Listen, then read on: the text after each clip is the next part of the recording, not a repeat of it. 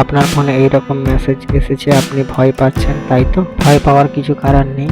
এই ভিডিওটি পুরোটা দেখুন, এই ভিডিওর মাধ্যমে পুরোটা বোঝানো হয়েছে। হ্যালো বন্ধুরা, কেমন আছেন? আশা করি সবাই ভালো আছেন। আপনারা দেখছেন আপনাদের প্রিয় YouTube channel online take solution. যদি আমাদের চ্যানেলে নতুন হয়ে থাকেন তাহলে চ্যানেলটি সাবস্ক্রাইব করে পাশে থাকা বেল আইকনটি প্রেস করে আমাদের সাথে জুড়ে থাকুন। আর যারা আগে থেকে সাবস্ক্রাইব করে রেখেছেন তাদের অসংখ্য ধন্যবাদ। চলুন ভিডিওটি শুরু করা যাক।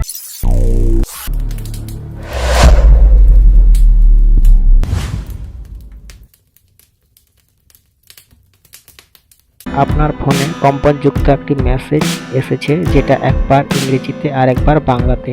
আপনি যতক্ষণ না ওকেতে ক্লিক করছেন ততক্ষণ বাজতে আছে। আপনি ভাবছেন আপনার ফোনটি কেউ হ্যাক করে নেয়নি তো? এই ইমার্জেন্সি অ্যালার্ট মেসেজ কোথা থেকে এসেছে বা কে পাঠালো বা কি জন্য বা পাঠালো তা আমরা বিস্তারিত এই ভিডিও জানবো। এই সিম্পল মেসেজটি পাঠিয়েছে ভারত সরকারের টেলিকমিউনিকেশন বিভাগের সেল ব্রডকাস্টিং সিস্টেমের মাধ্যমে পাঠানো হয়েছে।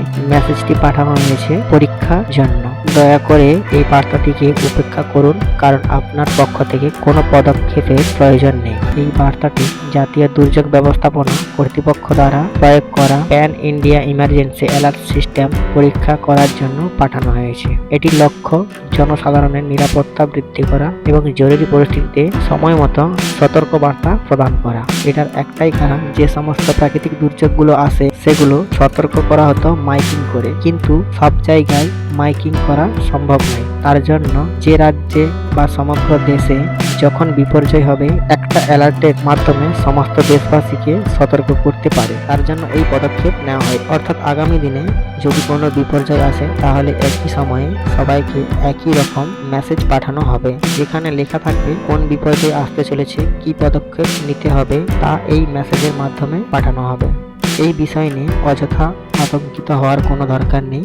বন্ধুরা, এই ছিল আজকের ভিডিও। ছোট্ট একটি ইনফরমেশন দেওয়ার জন্য ভিডিওটি বানানো হয়েছে। ভালো থাকুন, সুস্থ থাকুন।